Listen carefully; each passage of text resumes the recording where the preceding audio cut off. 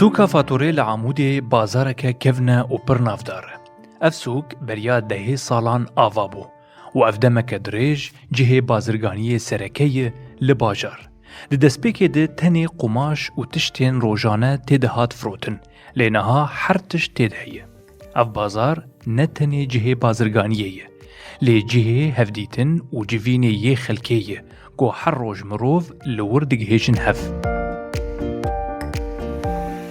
جبو ام زیدتر ناس بکن لسر دیروکا سوکا فاتوره میوان مبرز محمد خانی سوریه خودیه دکانکا کفن لسوکا فاتوره لباجاری عمودیه. دست پیکی ام خیراتنا تتکن برز محمد. ناوی سوکا فاتوره جکو هاتیه؟ سوکا فاتوره ناوی هاتی قماش فاتوره يعني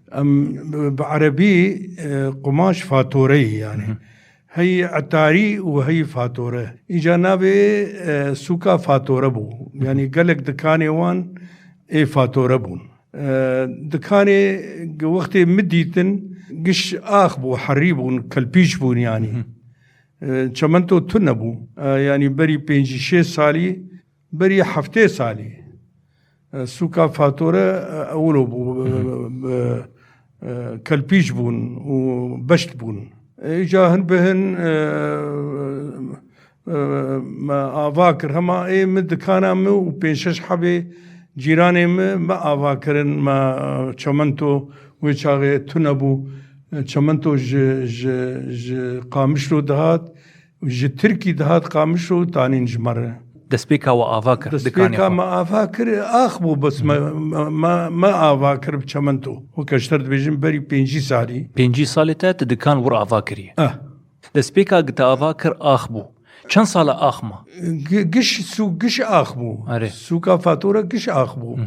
إجا هن بهن ما أفاكر هن كادو وكانها هنا دكاني آخمانه لقبلي سوكا مجي سوكا فاتورة والآلية جوريجي هين هنا كي آخمانه أفسوش خاصي أفاوي ديروك هاي تاريخ الباته هي بكنجي هاتي أفاكرن سوكا فاتورة تاريخ هاوي والله على المضبوط جمتنا بس توشا عمودي د سيهو حفتا دي بري سيهو حفتا هي سوكا فاتورة العمودي هي بري سالا سيهو حفتا هي يعني سوكا عمودي قديمة ومسيحي ليهبون نيفي سوكا عمودي مسيحي بون دكاني وان عطاري هبو حتى تبيرام حدادي تدبو دكانك حداد تدبو تاريبون فاتوربو سوكا مذهبو تطور بو آنها قشبوي چمنتو ما بلاد كر عرداوي اف سوكا فاتورة افا هات افا كرن تنش خلق عمودي ربو ياج دوري دجيد هاتيني والله اكثري عمودي بون أكثري عمودي بون إيج سوكيدو إيج ما أفاكرن أكثري عمودي بون ما جدفراناتنا أنها شد حب دكاني ما دانه أهل سريكانية بشتي هاتنا إيجار كرنا يعني إيد قش عمودي وجندي عمودي هنا كاتنا بري جهداري ما مهن رابرسينه كي جهدار بكن لباجار عمودي ما چكر بي چبير آني نيوان لسوكا فاتوري و چل سرنازكن اميلي جهدار بكن وامي بقر أظنم يعني قلك آخبون محلاتي أنا كا يعني تقريبا قشبونه چمنتو وقلك يقولوا ليه مخاطنجي حتى محلي تتكبيت ناخذ جدر كب انجي خوش كرنو وظبطها بالنسبة لسوكا فاتورة سوكا قلكي كفنة يعني قلك ذكرياتي مرتين هنا بري نوتي تقريبا بافي مخيات بدفي سوكيت قلك كفنة بفلتي تهبون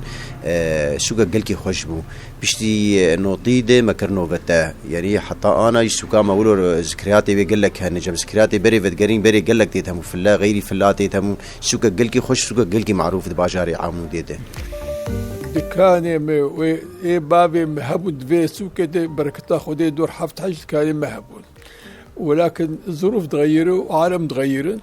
إذا في مخفي أنا مسور بنت كان خديجي وأفت كاجي أفت سوكا ما عطران يعني ما تشكر ما تجلسان ما ياكر منتو وما سرقرت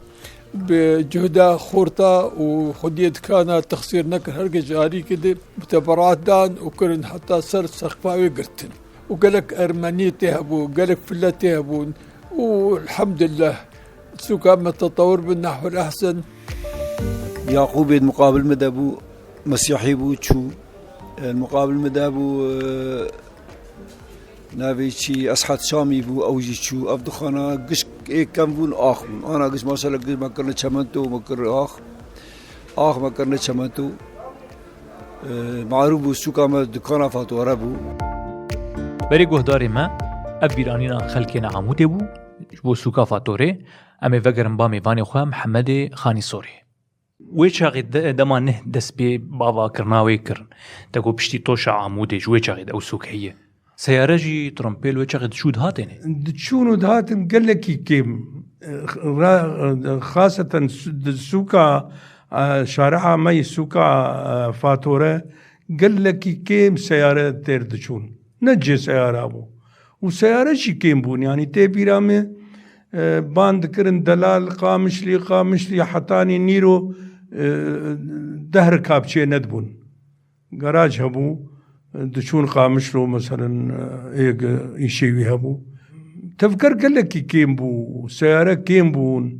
بس دسوكا مدى سيارة نتشون ندهاتنا شارع عام هبو آقنا جواتي واد كارجمر بحثات جواتي خوبك جواتي والسوكي جواتي ما لهبد جويان جانا شغلتنا بو ما كرسي داتانين بيشيا دكاني ما شخور ما قالا بلدي خود كر قالا قندا دكر قالا مشاكلات دكر جيروك ما وقت بيجي ام تشتغلين بهفر ما قالا موسما دكر ما قالا حلبي وقتي ام تشون ما بضاعات تاني ما جاو تاني جلو جاو ما تاني او جيروكا ما ابو وجنداد هاتن ويعني وقت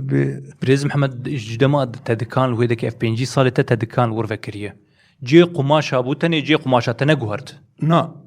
جي قماشا او سوكايا جي قماشا بو حتى نافي نوفوتي تنبو العامودي تنبو ند هندري جعديد وند ناف مالاد يا انا بلكي نافي دكاني نوفوتي بلكي بالصداهنه الجعدي والغيري جعدي ناف مالال احياء هنا نافي نوفوتي عطاري نظام شي المهم بريز محمد شكلي سوكي بري شبناها نوا اشتر بمشكلي وي سوكا فاتوره انا ما سروي قرتيه ما بنوي بلاد كريه نولو بو شكلي جبديلا بلاتا كفر بون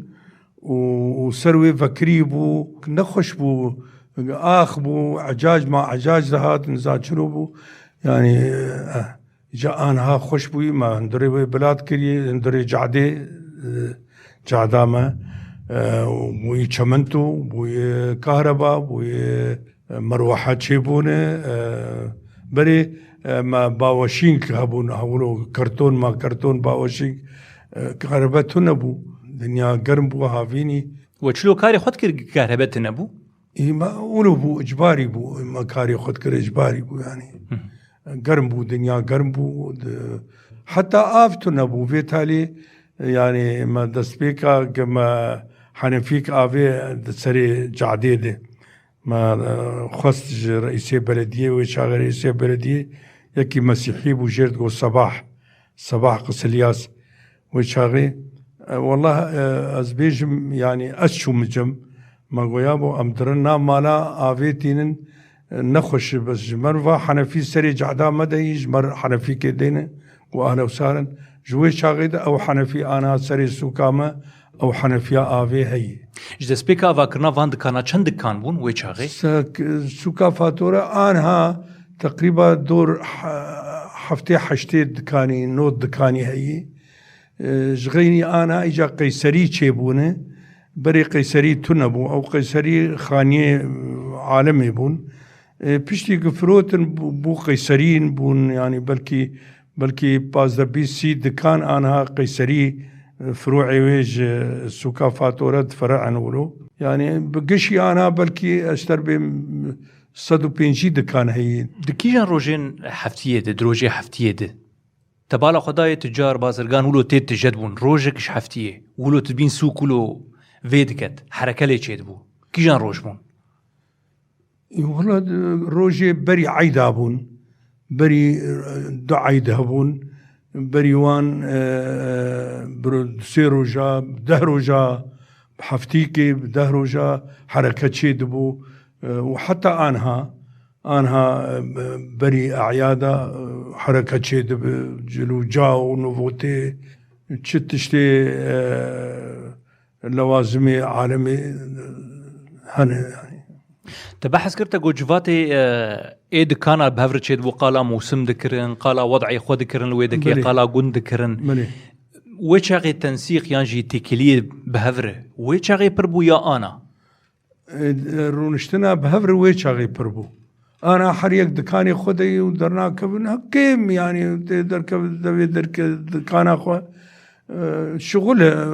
şuğulên di hundirê dikanê xwe dene civatê ji derve nemane yani ê dikançiya alem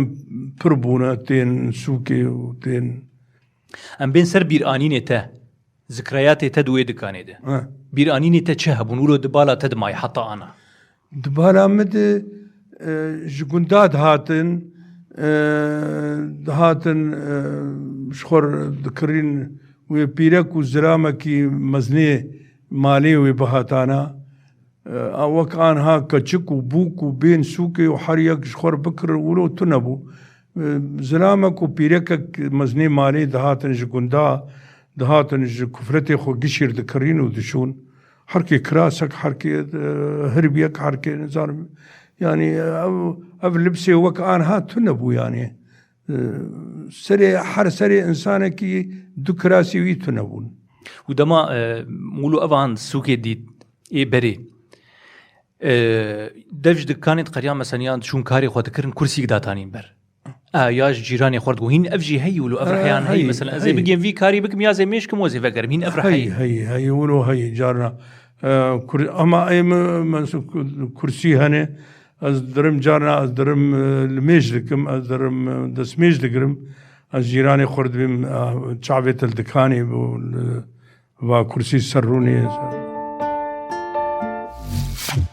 سپاس ji bo te birêz Mihemed Xanî Sorê tu mêvanê min bû û spas ji bo were guhdarên me ez were bûm swarkewê di podkasta Bîrdanka Cezîrê